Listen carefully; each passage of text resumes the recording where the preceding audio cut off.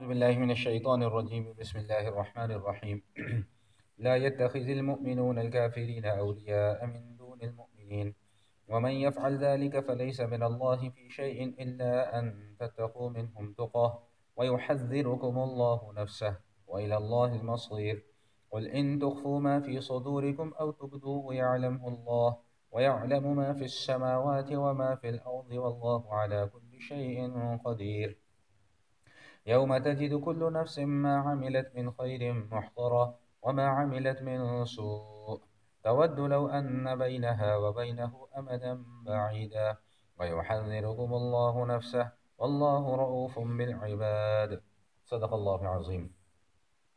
گزشتہ آیات میں اس بات کا تذکرہ کیا گیا تھا کہ ہر قسم کی بادشاہت اللہ کے ہاتھ میں ہے، عزت اور ذلت اللہ کے ہاتھ میں ہے۔ چاہے تو اللہ کسی کو بادشاہت عطا فرما دے، چاہے تو اللہ کسی سے بادشاہت چھین لے۔ کائنات کا جو نظام چل رہا ہے یہ سب اللہ ہی چلا رہے ہیں۔ آج جو آیات تلاوت کی گئی ہیں ان آیات میں اس بات کا تذکرہ کیا گیا ہے کہ جو اس عقیدے کے اوپر ایمان رکھتے ہیں جو پچھلی آیات میں ذکر کیا گیا، تو ان کو چاہیے کہ ان کی دوستی اور ان کا تعلق بھی صرف انہی لوگوں کے ساتھ ہو جو اللہ کی وحدانیت پر اور توحید پر کامل ایمان اور کامل یقین رکھتے ہیں۔ جن لوگوں کا توحید سے انکار ہے، جو لوگ توحید کو مانتے نہیں ہیں، جو لوگ رسالت کو مانتے نہیں ہیں، جو لوگ قیامت اور آخرت کو مانتے نہیں ہیں، اہل ایمان کی یہ شان نہیں ہے کہ ان لوگوں سے تعلق رکھا جائے۔ آسان لفظوں میں اس کو میں سمجھا دوں کہ مسلمان کے لیے غیر مسلم سے دوستی رکھنا جائز نہیں ہے، تعلق رکھنا جائز نہیں ہے۔ ان آیات میں اس مضمون کو ذکر کیا جا رہا ہے۔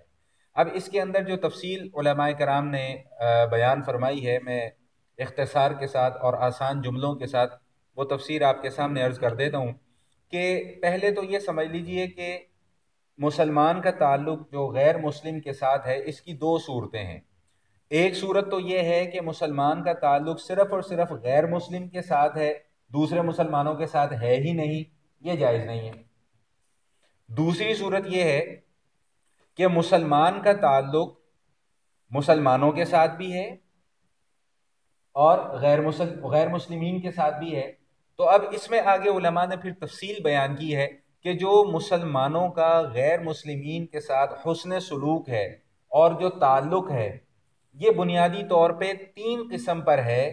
اس صورت میں کہ جب مسلمانوں کے ساتھ بھی تعلق ہے اور غیر مسلموں کے ساتھ بھی تعلق ہے، تو آگے اب جو ان کے ساتھ احسان سلوک اور رویہ ہمارا جو غیر مسلموں کے ساتھ ہے وہ کس قسم کا ہونا چاہیے، یہ ایک اہم اور ایک تفصیلی موضوع ہے، یہاں پر بھی ذکر کیا گیا ہے اور انشاءاللہ آگے بھی آئے گا۔ میں یہاں پر اس کو آپ کے سامنے عرض کر رہا ہوں۔ دیکھیے اس میں تو لکھا ہے کہ پہلی صورت یہ ہے کہ مسلمانوں کا تعلق غیر مسلمین کے ساتھ موالات کا ہو۔ موالات کا معنی کہ دل سے مسلمان غیر مسلموں سے محبت کرتے ہوں، جیسی کہ مسلمان کو مسلمان سے محبت ہونی چاہیے، مسلمان غیر مسلموں کے ساتھ ویسی محبت رکھتے ہوں، اس کو موالات کہتے ہیں۔ اور علماء فرماتے ہیں کہ یہ کسی بھی صورت میں جائز نہیں، کسی بھی صورت میں جائز نہیں ہے، کیونکہ رسول اللہ صلی اللہ تعالی وسلم کا فرمان عالی شان ہے، ارشاد فرمایا کہ المرء مع من احبہ، کہ کل قیامت والے دن انسان کا حشر اسی کے ساتھ ہوگا جس سے وہ محبت رکھتا ہے۔ تو اب قلبی محبت اور قلبی میلان اور قلبی رجحان جس کے ساتھ ہوگا کل آخرت میں بھی اسی کے ساتھ حشر ہوگا۔ یہ آیات ہمارے لیے اتنا بڑا لمحہ فکریہ ہے کہ میں اس کو لفظوں کے اندر میں بیان نہیں کر سکتا کہ جو آج ہمارے حالات چل رہے ہیں، ہر رسم ہم ان کی اپنا رہے ہیں، ہر طریقہ کار ہم ان کا اپناتے چلے جا رہے ہیں، طرز زندگی ہم ان کا اپنا رہے ہیں، معاش ہم ان کا اپنا رہے ہیں۔ دیکھیں بات یہ ہے کہ ہم اس وقت یہ چیزیں ساری کی ساری اپنائیں جب ہمارا اپنا کوئی نظام موجود نہ ہو۔ ہمارا اپنا جب کوئی نظام موجود نہ ہو پھر تو یہ بات سمجھ میں آتی ہے کہ ہاں ان کا طریقہ کار جو ہے وہ اپنایا جا سکتا ہے کسی نہ کسی درجے میں، لیکن جب ہمارا اپنا ایک پورا سسٹم موجود ہے، ہمارا اپنا ایک پورا نظام موجود ہے، ہماری اپنی ایک پوری تہذیب موجود ہے، ہماری ثقافت موجود ہے، ہمارا کلچر موجود ہے جو دین ہمیں بتلا رہا ہے، پھر اس کو چھوڑ کر ہم جب دوسری طرف جائیں گے تو لا محالہ پھر اللہ کی پکڑ آئے گی جس کا آگے تذکرہ آ رہا ہے۔ تو پہلی صورت کیا ہے کہ جس میں مسلمانوں کی دلی محبت غیر مسلمین کے ساتھ ہو، جس کو موالات کہا جاتا ہے، شریعت اس کی قطعاً اجازت نہیں دیتی کہ مطلقاً منع ہے۔ دوسری صورت جو ہے جس کو مدارات کہا جاتا ہے، مدارات کا معنی کہ ظاہری تعلق رکھنا، ظاہری تعلق رکھنا. تو علماء فرماتے ہیں پھر آگے بھی اس میں پھر 3 صورتیں بن جاتی ہیں. ان 3 صورتوں میں تو یہ جائز ہے، اس کے علاوہ یہ جائز نہیں ہے. پہلی صورت تو یہ ہے کہ کافروں سے ہمیں کوئی نقصان پہنچنے کا اندیشہ ہے، ان کا غلبہ ہے، ان سے ہمیں کچھ نقصان پہنچنے کا اندیشہ ہے، تو اپنے آپ کو اس نقصان سے بچانے کے لیے ایک ظاہری تعلق ان کے ساتھ قائم کیا جا سکتا ہے.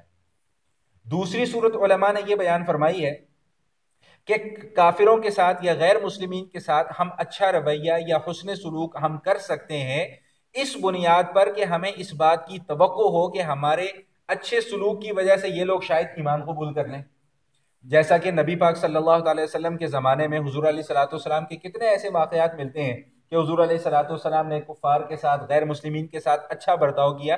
یہ اچھا برتاؤ موالات کی وجہ سے نہیں تھا، قلبی رجحان اور دلی محبت کی وجہ سے نہیں تھا، بلکہ مدارات کی وجہ سے تھا.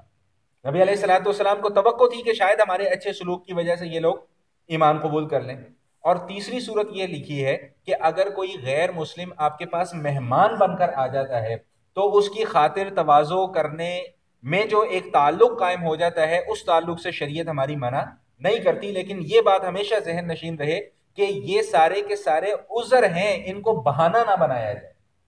عذر اور چیز ہے، بہانہ تراشنا اور چیز ہے. اور یہ عذر کیا ہے کیا نہیں ہے یہ اللہ اور اللہ کا بندہ جانتا ہے. بندے کے دل میں اس وقت کیا چل رہا ہے وہ اللہ جانتا ہے. یہاں تو ہم شاید لوگوں سے چھپا لیں کہ ہمارے دل کی کیفیت کیا ہے، اور ان کے ساتھ ہم ہمدردی کا بھی اظہار کر لیں، اور بہانہ ہم یہ بنائیں کہ جی شریعت کے اندر تو یہ چیز حکم ہے. تو بہانہ نہیں، یہ عذر ہے. چنانچہ حضرت شاہ عبد العزیز رحمۃ اللہ تعالی علیہ کے متعلق آتا ہے کہ ان کے پاس ان کے درس میں ایک برہمن ہندو شریک ہوا کرتا تھا. تو شاہ عبد العزیز رحمۃ اللہ تعالی علیہ نے اس کو کبھی روکا ٹوکا نہیں، کبھی نہیں روکا ٹوکا. وہ درس میں بھی آتا تھا، بیٹھتا بھی تھا، سارے معاملات ہوتے تھے. تو جب شاہ عبد العزیز رحمۃ اللہ تعالی علیہ کا انتقال ہونے لگا تو انہوں نے اپنے صاحبزادے شاہ اسحاق رحمۃ اللہ تعالی علیہ کو اس بات کی تاکید فرمائی کہ یہ جو برہمن ہماری مجلس میں آتا ہے اس کو منع نہیں کرنا، اس کو آنے دینا ہے، اپنی مجلس میں بھی آنے دینا. چنانچہ وہ برہمن شاہ اسحاق رحمہ اللہ کی مجلس میں بھی آتا رہا. تو لکھا ہے کہ اپنی وفات سے 3 دن قبل اس نے ایمان قبول کر لیا. تو یہ بات اچھے طریقے سے سماعت فرما لیجئے کہ مدارات یعنی ظاہری دوستی غیر مسلمین کے ساتھ رکھنا صرف 3 حالتوں میں جائز ہے. ایک تو یہ ہے کہ ان سے ہمیں کوئی نقصان پہنچنے کا اندیشہ ہو اور ہم اپنے آپ کو اس نقصان سے بچانا چاہتے ہیں. اور دوسرا یہ کہ ہمیں توقع ہو کہ ہمارے اچھے سلوک کی وجہ سے یہ لوگ شاید ایمان قبول کر لیں گے. اور تیسری صورت یہ ہے کہ کوئی مہمان آ جائے تو پھر اس کی خاطر تواضع کرنے میں پھر ہمیں اس کے اوپر ہماری پکڑ اور ہمارا مواخذہ نہیں ہے. اس کے علاوہ جتنی بھی صورتیں ہیں کہ ہم کوئی ان سے مال بٹورنا چاہتے ہوں خدا نخواستہ، یا کوئی اپنا دنیاوی فائدہ حاصل کرنا چاہتے ہوں، یا کوئی عہدہ اور مرتبہ ہم حاصل کرنا چاہتے ہوں، تو شریعت اس بات کی ہمیں قطعاً اجازت نہیں دیتی ہے. اور ایک تیسری صورت ہے، تیسری صورت کہتے ہیں مواسات.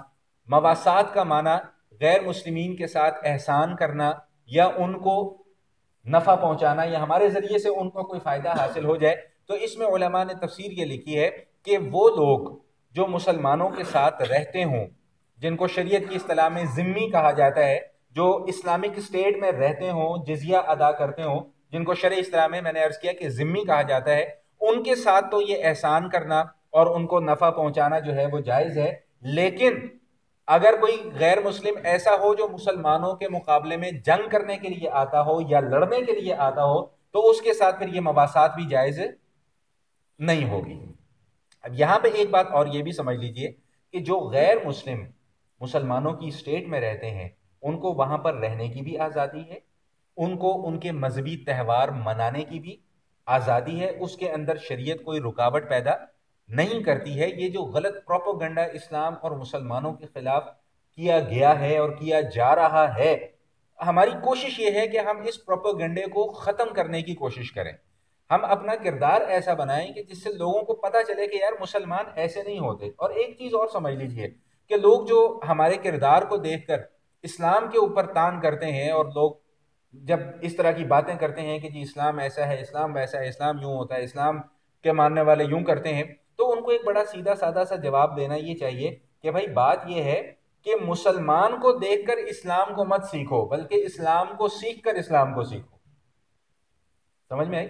میرے کردار کو دیکھ کر یہ فیصلہ نہ کرو کہ اسلام کیا ہے، اسلام کو دیکھ کر فیصلہ کرو کہ اسلام کیا ہے۔ ایک بڑا ایک سمپل سا اور ایک سادہ سا پوائنٹ ہے کہ مجھے دیکھ کر نہ فیصلہ کرو کہ اسلام کیا چیز ہے، نہیں، اسلام کو دیکھ کر فیصلہ کرو کہ اسلام کیا چیز ہے۔ تو یہاں تک میرا خیال ہے کہ یہ بات سمجھ میں آ گئی ہوگی کہ کافروں کے ساتھ یا غیر مسلمین کے ساتھ اگر ہمیں تعلقات رکھنے پڑتے ہیں تو اس کی تین صورتیں ہیں۔ پہلی صورت یہ ہے کہ موالات یعنی دل کا تعلق، قلبی رجحان، وہ کسی بھی حالت میں جائز نہیں ہے۔ دوسری صورت مدارات ہے کہ ظاہری طور پہ ان سے دوستی اور تعلق رکھنا، اس کی میں نے آپ کے سامنے تین صورتیں عرض کر دی ہیں کہ یا تو اس بات کی توقع ہو کہ یہ لوگ ہدایت پا جائیں گے، یا ان سے کوئی نقصان پہنچنے کا اندیشہ ہو اور ہمیں اپنے آپ کو نقصان پہنچانا ہے، یا کوئی مہمان بن کر ہمارے پاس آ جائے تو اس کی خاطر مدارت، اور تیسری صورت مواسات ہے، یعنی ہمیں ان کے ساتھ کوئی احسان کرنا یا ان کو نفع پہنچانا۔ یہی وجہ ہے کہ علماء کرام نے یہ مسئلہ تک لکھا ہے کہ زکوٰۃ کے علاوہ جو دیگر صدقہ و خیرات ہیں وہ غیر مسلم کو بھی دینا جائز ہے، غیر مسلم کو بھی دینا جائز ہے۔ زکوٰۃ کے علاوہ، زکوٰۃ نہیں دے سکتے، زکوٰۃ کے علاوہ جو صدقہ و خیرات ہیں وہ غیر مسلم کو بھی دینا جائز ہے، لیکن شرط یہ ہے کہ وہ اس پیسے کو ہمارے ہی خلاف استعمال نہ کریں، وہ کسی ایسے ادارے کو نہ دے دیں جو مسلمانوں کے خلاف کام کرتا ہو، یا کسی جیسے آج کل یہ جو NGOs وغیرہ چل رہی ہیں ان کو نہ دے دیں کہ جن کا کام ہی اسلام اور مسلمانوں کے خلاف پروپیگنڈا کرنا اور اسلام اور مسلمانوں کے خلاف نفرتیں پھیلانا ہے۔ یہ صورت اگر آ جائے تو پھر ان کو بھی دینا جائز نہیں ہوگا۔ بصورت دیگر ہمارے علاقے میں، ہمارے پڑوس میں کوئی غیر مسلم رہتا ہو، غریب ہو، مستحق ہو، لاچار ہو، تو اس کی امداد اور اس کی تعاون کرنے سے ہمارا دین ہمیں قطعاً نہیں روکتا ہے۔ یہ جو لوگوں کے اندر ایک عجیب سا یہ تاثر پیدا ہو گیا نا کہ خدا نہ کوئی غیر مسلم پاس آ کے بیٹھ جائے تو ہم لوگ اس سے گھن اور نفرت کھانا شروع کر دیتے ہیں، تو میں ایسے موقع پہ بڑا حیران اور بڑا تعجب ہوتا ہوں، یار ہمارا کردار تو جیسے کوئی فرشتوں والا کردار ہے کہ جو ہم غیر مسلموں سے گھن کھا رہے ہیں، ہمارا کردار بھی تو ان جیسا ہی ہے۔ اگر وہ جھوٹ بولتے ہیں تو ہم کون سا سچ کا کام کر رہے ہیں؟ ہم کون سا سچ بول کے کاروبار کرتے ہیں؟ ہم بھی تو جھوٹ بول کے کاروبار کرتے ہیں۔ اگر وہ سود کھاتے ہیں تو ہم بھی تو سود کھاتے ہیں، ہم کون سی حلال کی کمائی اپنے گھروں کے اندر لے کر آ رہے ہیں؟ تو کوئی غیر مسلم اگر پاس آ کر بیٹھ جائے تو اس سے کوئی گھن کھانے کی ضرورت نہیں ہے۔ اگر وہ برتن کے اندر ہاتھ مار لے تو اس کے برتن میں ہاتھ مار لینے سے وہ کوئی برتن ناپاک نہیں ہو جاتا ہے۔ یہ بات اچھے طریقے سے اپنے ذہن کے اندر بٹھا لیں۔ غلط تصورات ہمارے یہاں زیادہ پائے جاتے ہیں، حقائق ہمارے یہاں سیکھنے کی کوشش ہی نہیں کی جاتی ہے، بس جو سن لیا، جو دیکھ لیا، اس کو ہم دین سمجھنا شروع کر دیتے ہیں۔ تو یہاں پہ ان آیات میں بنیادی طور پہ غیر مسلموں کے ساتھ مسلمانوں کا رویہ اور ان کا تعلق کس بنیاد پر ہونا چاہیے اور کیا ہونا چاہیے اس کا تذکرہ کیا گیا ہے۔ اس حوالے سے میں آپ کو ایک دو احادیث بھی سنا دیتا ہوں کہ رسول اللہ صلی اللہ تعالی علیہ وسلم کا فرمان عالی شان کا مفہوم ہے۔ ارشاد فرمایا کہ آدمی اپنے دوست کے دین پر ہوتا ہے، تو لہٰذا دوستی کرنے سے پہلے دیکھ لیا کرو کہ تم کس سے دوستی کر رہے ہو۔ یار اس سے خوبصورت اور کون سا دین ہوگا اور کون سا مذہب ہوگا کہ جو ہمیں دوستی کرنے کے بھی آداب بتلا رہا ہے۔ رسول اللہ صلی اللہ علیہ وسلم ہمیں دوستی کرنے کے بھی آداب بتلا رہے ہیں کہ دوستی کرنے سے پہلے دیکھ لیا کرو کہ تم کس انسان کے ساتھ دوستی کر رہے ہو، کیونکہ جس کے ساتھ تم دوستی کرو گے تم اسی کے دین کے اوپر چلو گے، اسی کے مذہب کے اوپر چلو گے، اسی کے مشرب کے اوپر چلو گے۔ اگر وہ سینما جائے گا تو تم بھی اس کے ساتھ سینما جاؤ گے، اگر وہ ڈانس کلب جائے گا تو تم بھی اس کے ساتھ ڈانس کلب جاؤ گے، اگر وہ مسجد میں آئے گا تو تم بھی اس کے ساتھ مسجد میں آؤ گے، اگر وہ خیر خواہی کے کام کرے گا، دین کے کام کرے گا، تو تم بھی اس کے ساتھ دین کے کام کرو گے۔ تو اسی طرح ایک دوسرے موقع پہ یہ بات بھی ارشاد فرمائی کہ اگر کسی کے حالات کا پتہ کرنا ہو تو اس کے دوست کے حالات دیکھ لو، تمہیں خود بخود اس کے حالات کا اندازہ ہو جائے گا۔ تو یہ رسول اللہ صلی اللہ تعالی علیہ وسلم کی تعلیمات ہیں، لیکن ہمارا المیہ کیا ہے؟ ہمارے ساتھ پرابلم یہ ہے، ہمارے ساتھ مصیبت یہ ہے کہ ہم دین کو صحیح معنوں میں نہ پڑھتے ہیں، نہ دین کو صحیح معنوں میں ہم سیکھنے کی کوشش کرتے ہیں۔ نتیجہ کیا نکلتا ہے کہ جو ہمارے دماغ کے اندر جو فیصلے آ جاتے ہیں بس اس کی بنیاد کے اوپر ہم رائے کو قائم کر لیتے ہیں، اس کی بنیاد پہ ہم رائے قائم کر لیتے ہیں اور پھر ہم یہ سمجھتے ہیں کہ یہی دین ہے، حالانکہ دین کے اندر وہ چیز موجود ہوتی نہیں ہے۔ اچھا، اب یہاں پر ایک نقطہ اور سمجھ لیجئے گا کہ خدا نہ خواستہ کوئی ایسا معاملہ آ جاتا ہے کہ جہاں پر اب ہمارے سامنے دو راستے ہیں، یا تو یہ راستہ ہے کہ ہم رخصت پر عمل کرتے ہوئے ان سے کوئی ظاہری تعلق قائم کر لیں، اور یا یہ راستہ ہے کہ ان کی طرف سے دی جانے والی تکلیف کو برداشت کر لیا جائے۔ تو جناب رسول اللہ صلی اللہ علیہ وسلم نے فرمایا کہ عزیمت کا راستہ جسے کہتے ہیں، جس نے عزیمت کا راستہ اختیار کیا اس کا درجہ زیادہ ہے، اگرچہ رخصت پر عمل کرنا بھی جائز ہے؟ میں اس کی دو مثالیں آپ کے سامنے رکھ دیتا ہوں۔ حضرت عمار رضی اللہ تعالیٰ عنہ نبی علیہ الصلوۃ والسلام کے بڑے پیارے صحابی ہیں، اور ان کے اوپر بے انتہا مظالم ہوئے۔ ایک وقت ایسا آیا کہ انہوں نے کلمہ کفر اپنی زبان سے ادا کیا، لیکن دل ان کا ایمان کے اوپر مطمئن تھا، اور جب رسول اللہ صلی اللہ تعالیٰ علیہ وسلم کو اس بات کی اطلاع ملی تو فرمایا کہ ایمان تو دل کے اندر موجود ہے، ایمان تو، یعنی انہوں نے رخصت کے اوپر عمل کیا، اپنی جان بچائی، لیکن رخصت کے اوپر عمل کیا، اس کی بھی اجازت ہے۔ انہی کے مقابلے میں ایک دوسرے صحابی حضرت خبیب رضی اللہ تعالیٰ عنہ، ان کو بھی نہایت مظالم کا سامنا کرنا پڑا، اور نہایت بے دردی کے ساتھ ان کو شہید کیا گیا، یہاں تک کہ جب ان کو سولی کے اوپر لٹکایا گیا تو ان کو یہ آفر بھی کی گئی کہ تم اتنا بھی اگر کہہ دو کہ اگر آج میری جگہ پر محمد صلی اللہ علیہ وسلم ہوتے تو کتنا اچھا ہوتے، تو ہم تمہیں چھوڑ دیں گے۔ انہوں نے اس بات کو بھی گوارا نہیں کیا، اور اس موقع پہ تاریخی الفاظ استعمال فرمائے کہ خدا کی قسم، میری غیرت اس بات کی اجازت نہیں دیتی کہ رسول اللہ صلی اللہ تعالی علیہ وسلم کے پاؤں میں ایک کانٹا بھی چبھے اور میں اپنے گھر کے اندر بند ہو کے بیٹھا رہوں، میری جان محفوظ ہو اور جناب رسول اللہ صلی اللہ علیہ وسلم کے پاؤں میں کانٹا بھی چبھ جائے، میری غیرت اس بات کی اجازت نہیں دیتی۔ چنانچہ انہوں نے بے دردی کے ساتھ شہید ہونا پسند کر لیا، لیکن کلمہ کفر اپنی زبان سے ادا نہیں کیا۔ اس کو کہتے ہیں عزیمت کے اوپر عمل کرنا، اور رسول اللہ صلی اللہ علیہ وسلم نے فرمایا کہ عزیمت کے اوپر عمل کرنے والے کے لیے زیادہ ثواب ہے۔ ایک مثال اور میں پیش کر دیتا ہوں۔ مسیلمہ کذاب، جس نے رسول اللہ صلی اللہ تعالی علیہ وسلم کے زمانے میں ہی نبوت کا جھوٹا دعویٰ کیا تھا، حضور علیہ الصلوۃ والسلام کے بعد نبوت کا جو بھی دعویٰ ہوگا وہ جھوٹا ہوگا، تو دو لوگ اس کے سامنے پیش کیے گئے جو اہل ایمان تھے۔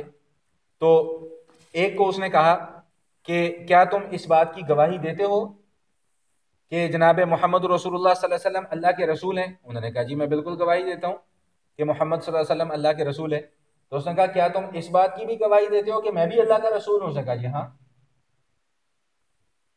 اس نے جان بخشی کر دی۔ اسی وقت ایک دوسرے صاحب کو لایا گیا، اس نے پوچھا کہ تم گواہی دیتے ہو کہ محمد اللہ کے رسول ہیں؟ میں نے کہا جی بالکل گواہی دیتا ہوں۔ اس نے کہا میں اللہ کا رسول ہوں، اس بات کی گواہی دیتا ہوں کہ مجھے تیری آواز ہی نہیں آ رہی۔ پھر اس نے دوسرا سوال پوچھا کہ کیا تم اس بات کی گواہی دیتے ہو کہ محمد رسول اللہ صلی اللہ علیہ وسلم اللہ کے رسول ہیں؟ کہا جی ہاں۔ میں نے کہا میں اللہ کا رسول ہوں گا، مجھے تیری آواز ہی نہیں آ رہی۔ انہوں نے 3-4 مرتبہ اس طرح سوال کیا، اور وہ ہر سوال کے جواب میں یہی کہتے تھے۔ نتیجہ کیا ہوا کہ ان کو شہید کر دیا۔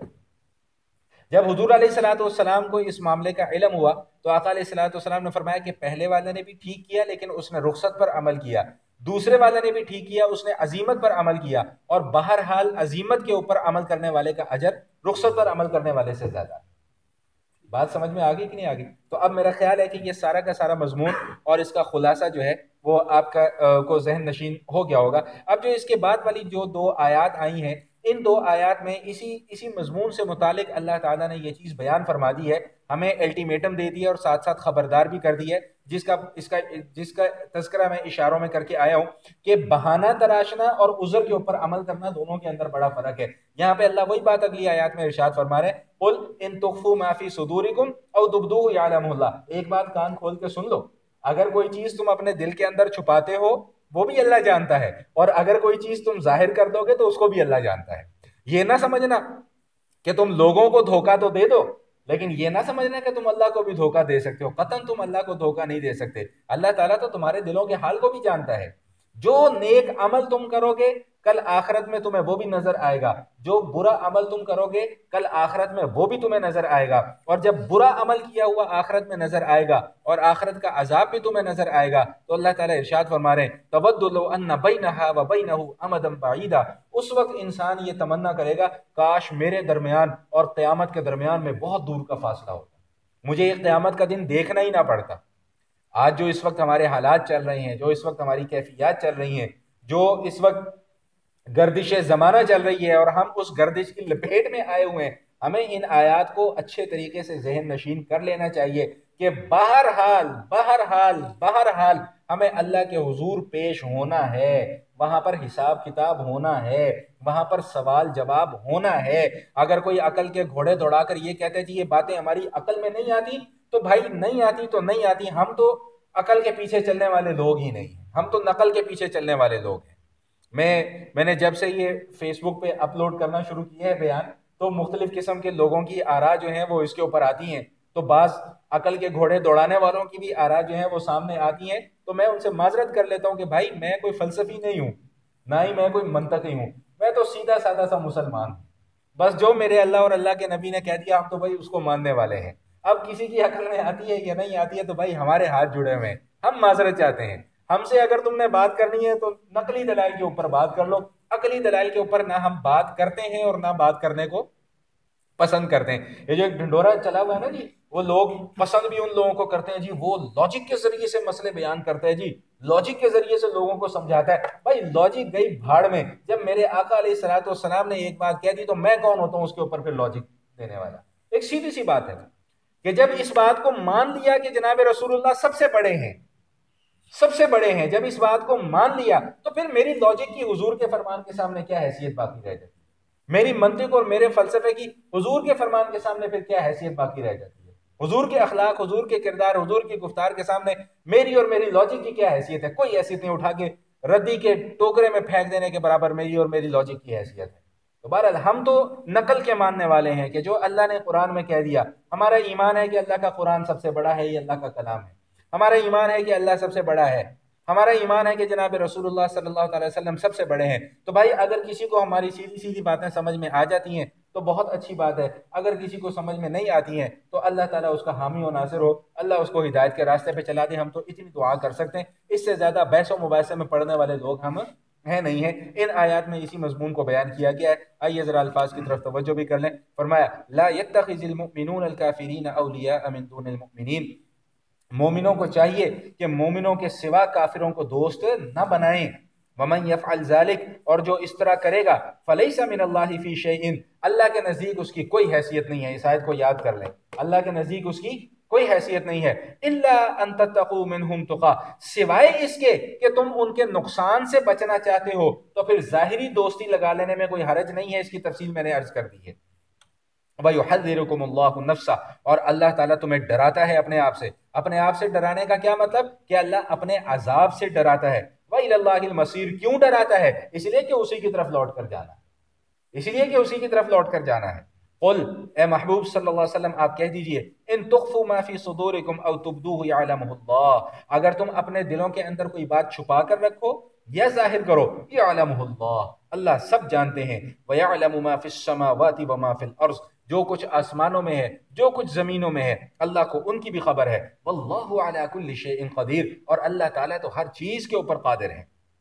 یوم تجد کل نفس ما عملت من خیر محضرا، وہ دن آنے والا ہے جس دن ہر انسان نے جو نیک اعمال کیے ہوں گے ان کو بھی دیکھ لے گا، وما عملت من سوء، اور جو برے اعمال کیے ہوں گے ان کو بھی دیکھ لے گا۔ اور جب برے اعمال کو دیکھے گا اور پھر اس کا انجام دیکھے گا، پھر اس کا عذاب دیکھے گا، تو اس وقت تودو، تمنا کرے گا، لو ان بینہا و بینہ امدا بعیدا، کاش اس کے درمیان اور قیامت کے درمیان بڑا فاصلہ ہوتا، قیامت تک میں پہنچ ہی نہ پاتا۔ وَيُحَذِّرُكُمُ اللَّهُ نَفْسَهُ، پھر بتا دیا کہ اللہ تعالیٰ اپنے عذاب سے تمہیں ڈرا رہا ہے۔ واللہ رؤوف بالعباد، لیکن تسلی بھی کر دی کہ اگر تم اپنی غلطی تسلیم کر لیتے ہو، توبہ کر لیتے ہو، اللہ سے معافی مانگ لیتے ہو، اللہ کے حضور دو آنسو ندامت کے اور شرمندگی کے گرا دیتے ہو، تو پھر واللہ رؤوف بالعباد، اللہ تعالیٰ پھر اپنے بندوں کے اوپر بہت زیادہ رحم بھی کرنے والے ہیں اور بہت زیادہ مہربان بھی ہیں۔ وآخر دعوانا ان الحمد للہ رب العالمین۔